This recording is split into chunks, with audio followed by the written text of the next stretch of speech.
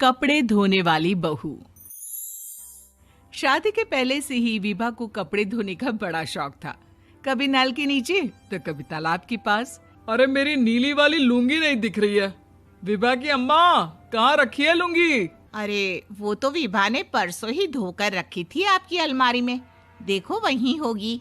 वो ना मैंने आज धो दी, मुझे लगा कि गंदी हो गई होगी। अरे कैसे गंदी हो गई थी? उसे तो मैंने पहना भी नहीं। हे भगवान, इस लड़की के कपड़े धोने की आदत से परेशान हो गया हूँ मैं। जितना तो घर में राशन नहीं आता, उससे कहीं ज्यादा डिटर्जेंट पाउडर का खर्चा है। इसकी शादी करवा दो, शादी।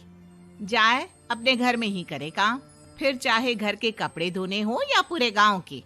हाँ ठीक बोल रही हो, देखता हूँ मैं कोई लड़का। वो दिन भी आ जाता है जब विभा को देखने लड़के वाले आ जाते हैं। लड़की मुझे अच्छी लगी।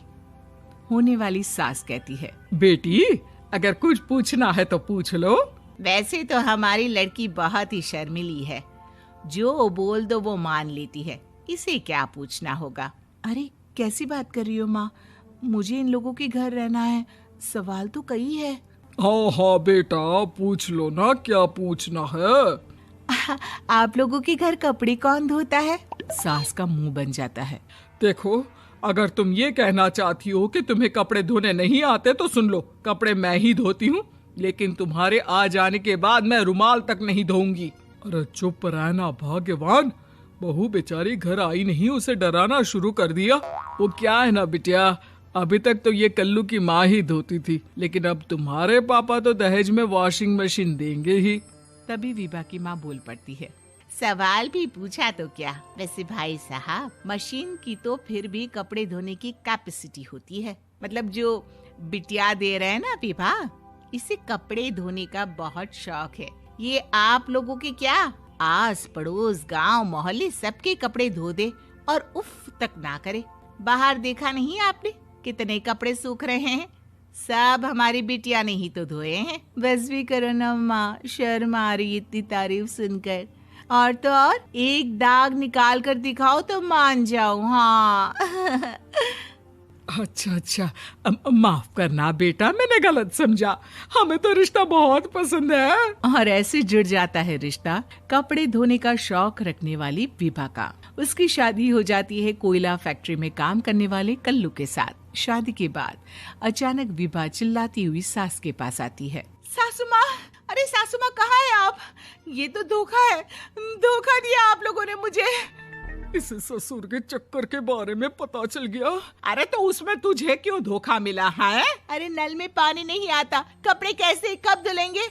अच्छा, तू पानी नहीं आ रहा उसकी बात कर रही है। तो आपने क्या सोचा? कुछ नहीं। अच्छा, तेरी माँ ने कहा था कि कपड़े धोने का शौक है, तुझे याद आया मुझे।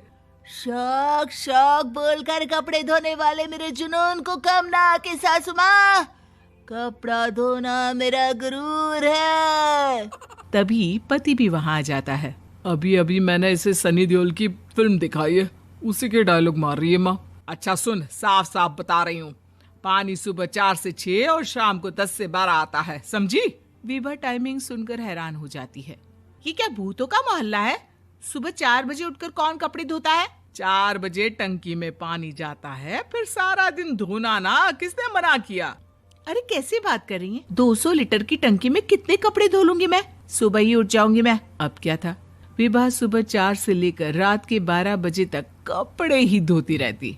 एक रोज सास पड़ोस से निकलकर कहीं जा रही होती है कि साथ वाली कहती है, हाँ कल्लू की माँ, जरा ये बताओ कि 2 साड़ी है, 2 ब्लाउज और एक पेटीकोट और एक नाड़े वाला लंबा कच्छा। हाँ तो? अरे तो क्या, कितना लोगी धुलाई ये बताओ। धोबन दिख रहे हैं हम क्या?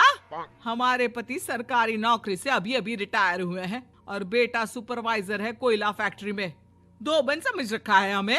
हाय रे कल्लू की अम्मा, माफ कर दो, वो तो मोहल्ले में यही सब बता रहे थे कि तुमने बहू को कपड़ा धुलवाने के काम में लगा दिया है। सास को पड़ोसन की बात सुनकर गुस्सा आ जाता है। वो घर पहुंचती है जहां घर के बाहर ही इतने सारे कपड़े सूख रहे होते हैं जितने कि किसी धोबन के घर पर। अरे ओ कल्लू की दुल्हन, बाहर निकल। माँ जी यहीं आ जाओ, बाथरूम में चादर धो रहे हैं हम। अरे अभी हम धोते हैं, तुमको बाहर निकलो। ये आस पड़ोस वाले बोल रहे हैं कि हम बहू से कपड़े धुलवा धुलवा कर उसे कपड़ा धोने वाली बना दिए हैं। अरे छोड़ो ना माँ जी, किन लोगों की बातों में आती हो। आस पास के लोगों का तो काम ही होता है कि वो किसी तरह सास बहू को लड़ा दे। बहू सारे घर के कपड़े धोती है, ये क्या कम है? बोलिए। सास को भी लग जाता है कि वो बहू का ये सनकीपन नहीं छुड़वा सकती, इससे अच्छा है कि खुद ही चुप हो जाए।